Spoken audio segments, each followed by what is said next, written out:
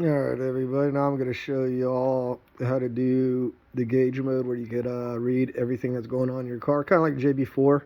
You're going to need to put it into accessory mode, so just, hit on start button. And then you'll go over here and you're going to want to go to, whenever it comes on, select a car. And then you're going to want to do, for us, the Stinger, you're going to want to go to Kia. And they'll have it right there.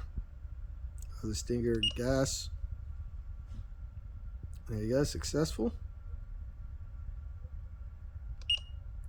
And then up here, you can go to gauge, view full list, and there you go.